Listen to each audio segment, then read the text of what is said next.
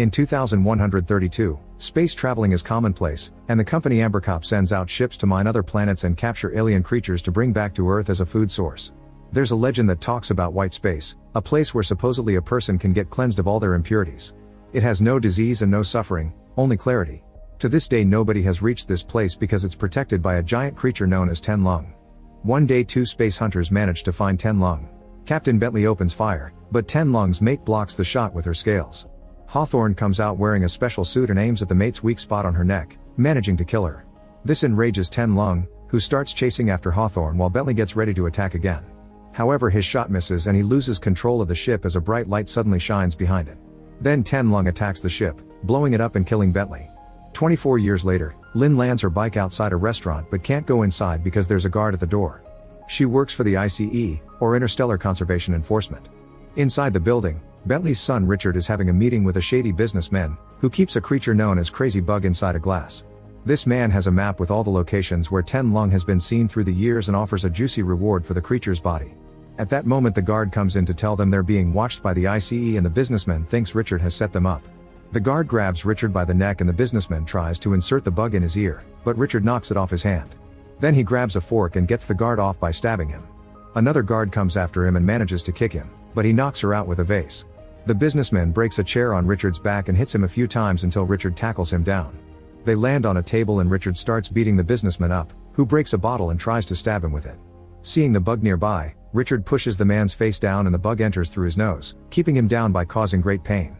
A third guard tries opening fire but now Richard can just grab the map and leave. Seeing this, Lynn leaves as well. 3 months later Lynn is getting ready to work undercover in the Essex spaceship. Her agent records have been wiped clean, and now she must pretend to be a mining and fishing escort with a supply order. After she leaves, her co-workers discuss Lynn's belief that she'll be cured by the white space. Moments later Lynn boards the Essex and meets the captain, who happens to be Richard. His brother Owen gives her a tour of the ship and introduces her to all the crew including the cook Batali, who tells Lynn to stay away from her boyfriend Harpo. In the kitchen there's an old cryopod that is now used as a fridge. A now old Hawthorne is also part of the crew and he became a drunkard after losing Bentley. Afterward Lynn stays in her room and works with her own personal computer. Her profile appears first, revealing she has a tumor and only 6 months to live. Next she checks the intel her boss sent her and learns every single crew member has a criminal past, so she must be careful. Sometime later Hawthorne, Harpo, and Owen put on the special suits and go out to hunt some creatures known as clickers. Lynn asks questions during the whole process, which Richard finds weird because fishing escorts should know these things.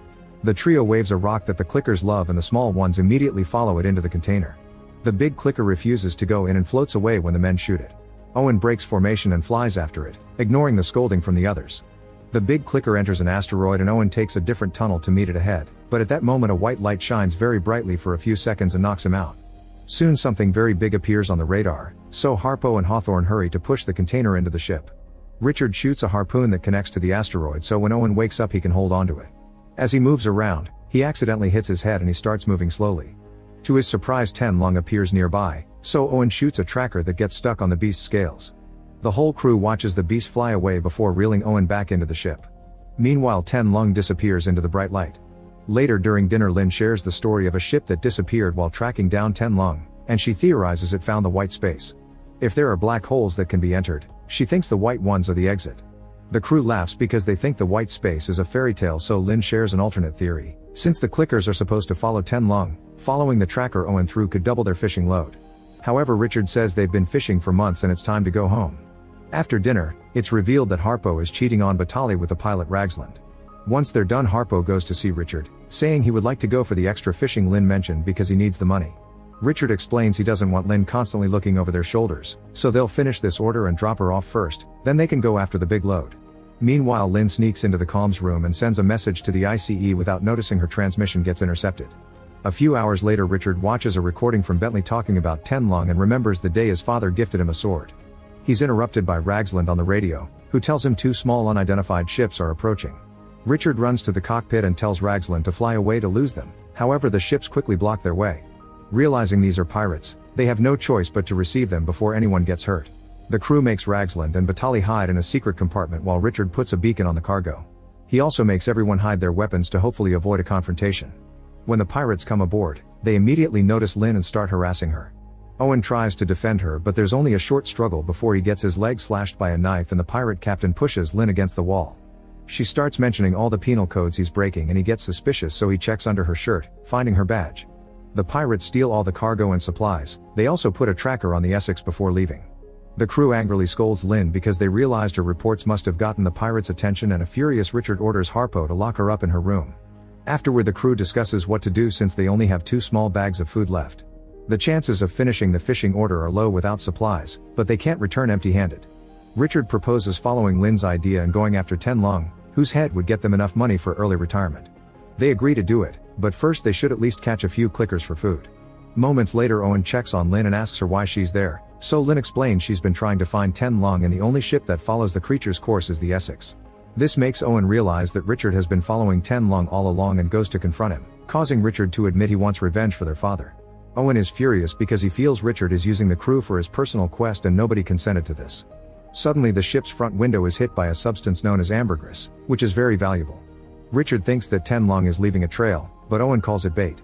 In the meantime, Harpo and Ragzlin get dirty again. After they're done, Batali finds Ragzlin's bra. Afterward, the guys go out in the special suits to gather the ambergris and capture a very big clicker. While they're working, the pirates show up to steal this as well, and Richard curses because he realizes they found his beacon. They need the hyperdrive to escape, but the crew discovers the pirates broke that as well. The mechanic Stubbs starts working on fixing it and Richard tells the crew to get back on the ship, but Harpo still chooses to stay to capture the clicker first. Soon the pirates open fire, and while the Essex has a protective force field, it won't last for long. Richard orders Ragzlin to release the waste chambers, not caring that Harpo is still outside since it was his choice. Harpo moves fast to dodge the chambers and manages to return to the Essex with the clicker he caught. The chambers crash against one of the pirate ships, but the other is still going. When the pirate captain shoots missiles that could destroy the Essex, Stubbs finally finishes fixing the system and the ship disappears by using hyperspeed. Once they're safe, the crew calls Richard out for getting rid of their beacon. Harpo is particularly furious, and when Richard points out he ignored orders, Harpo says he saved everyone's lives by getting food. Richard responds by pushing him, and Hawthorne has to get between them to stop things from escalating. Meanwhile, Stubbs is cleaning the ambergris from the suits when he notices that the lock on the clicker crate is open. When he's about to close it, he notices tiny bugs running on his hand and biting him. Soon the creatures are sneaking under his clothes and he goes crazy trying to get them off, causing him to forget that the crate is still unlocked. Stubbs runs to the bathroom to try to wash the bugs off, however they're now inside his body. When he returns to his room, he keeps hearing voices and starts screaming at the walls. After dinner, Batali tells Harpo that she's pregnant. Harpo freaks out because kids are expensive, so he decides to steal some of the ambergris and hides it in the fridge. Meanwhile, Richard checks on Lynn, who is against killing Ten Long. However, she refuses to explain why, so Richard ignores her argument. After he leaves, Lynn messes with the lock until she manages to break it and finally escapes her room. In the shadows of the corridor, someone is breaking the oxygen reserves. Lynn tries to sneak around quietly, but she's found by Harpo, who grabs her from behind. She immediately starts fighting him and easily overpowers him, thanks to her agent training. At that moment, Stubbs sees all this and runs away screaming, distracting Lynn. This allows Harpo to knock her out with a tool. When she wakes up, she's locked up in the cargo bay and hears Harpo telling Richard that she was the one breaking the oxygen reserves. In the cockpit, Ragzlin is asleep and doesn't notice the signal that appears on the screen. By the time she wakes up, it's already gone. Batali brings some food to Lynn, who offers her a way to escape safely, but Batali isn't interested. After Batali leaves, Lynn hears the clicker screeching in its crate at the same time that Ragzlin and Richard hear a weird noise echoing around them. They check the scanner and discover dozens of destroyed ships around the Essex, probably the work of Ten Long. In the vents, Stubbs crawls around while carving soap with a knife. Sometime later, Richard tells Hawthorne it was Harpo who tampered with the oxygen. Hawthorne points out sometimes people do crazy things if they're desperate, implying that Richard may have let the pirates rob them on purpose as part of his plan to catch Ten Long. Richard ignores the implication and mentions Stubbs has to fix the oxygen, but nobody can find him. In the cargo bay, the clicker has escaped the crate and is trying to attack Lynn, who keeps throwing boxes to slow it down while yelling for help. Luckily, Richard hears her and opens the door, getting her out before attacking the clicker with a fire extinguisher. This does nothing and the clicker comes out to start chasing the duo down the corridor. Hitting it with the extinguisher is also ineffective, so Richard and Lynn run away and hide in the airlock. The clicker is fast enough to catch up to them and grabs Lynn's leg, but at that moment Richard releases a crate that lands on top of the clicker, crushing it to death.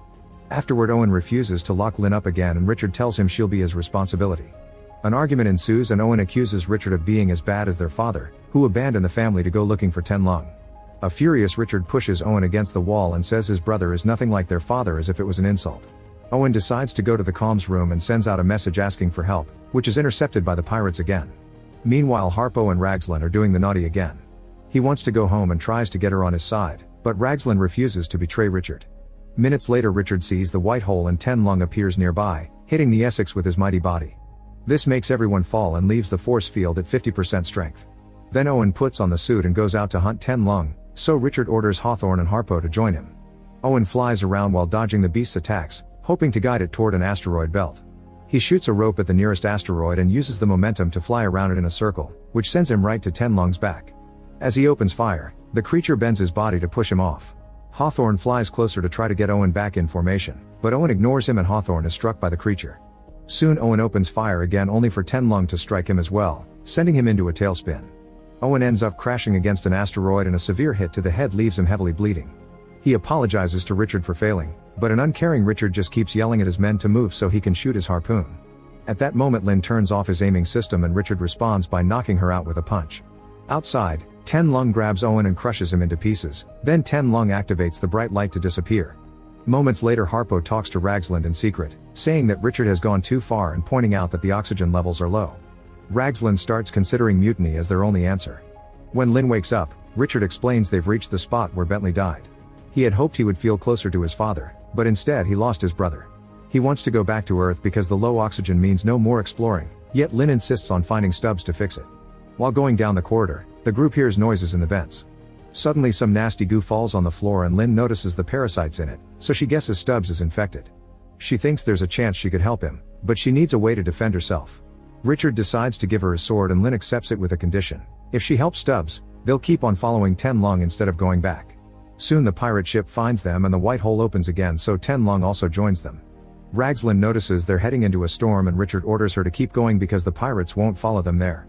Suddenly Ten Lung creates some colorful waves that make him disappear and bring down the Essex's power source. The ship slows down and the force field is at 20%. While Ragzlin looks for an alternative, Ten Lung reappears next to the pirates and damages their ship as well. The pilot starts shooting from the inside while the captain comes out in a shuttle to open fire too. These weapons aren't enough to hurt Ten Lung, who moves quickly to destroy both ships before disappearing into another white hole. In the Essex, navigation goes down, so Ragzlin has to try to override the AI to go manual. In Harpo's room, he tries to tell Batali of his mutiny plan, but she refuses to work with Ragzlin.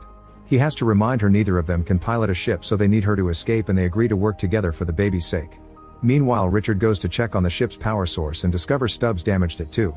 At that moment, Ted Lung appears and throws the destroyed pirated ship at the Essex, causing even more damage. Ragzlin activates the thrusters and makes the Essex enter the storm to try to lose the beast. As the pirate ship continues to roll on top of the Essex, Richard finishes fixing the power source and now the vessel can go fast enough to avoid trouble.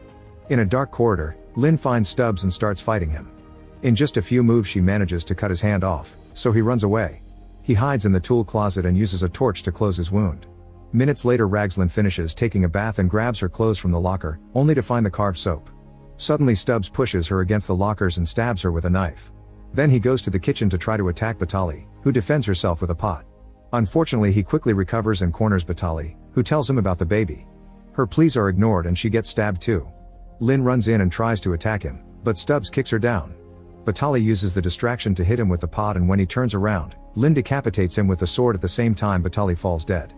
In the cockpit, Richard and Hawthorne find Ten Lung's signal again, so Richard runs to get in a suit to go out, which saves him from Harpo's plan to attack him. Once outside, Richard opens fire to get Ten Lung's attention, and now the creature is chasing after him. He flies near the ship and Hawthorne has a clear view to shoot the harpoon, which perfectly locks Ten Lung down.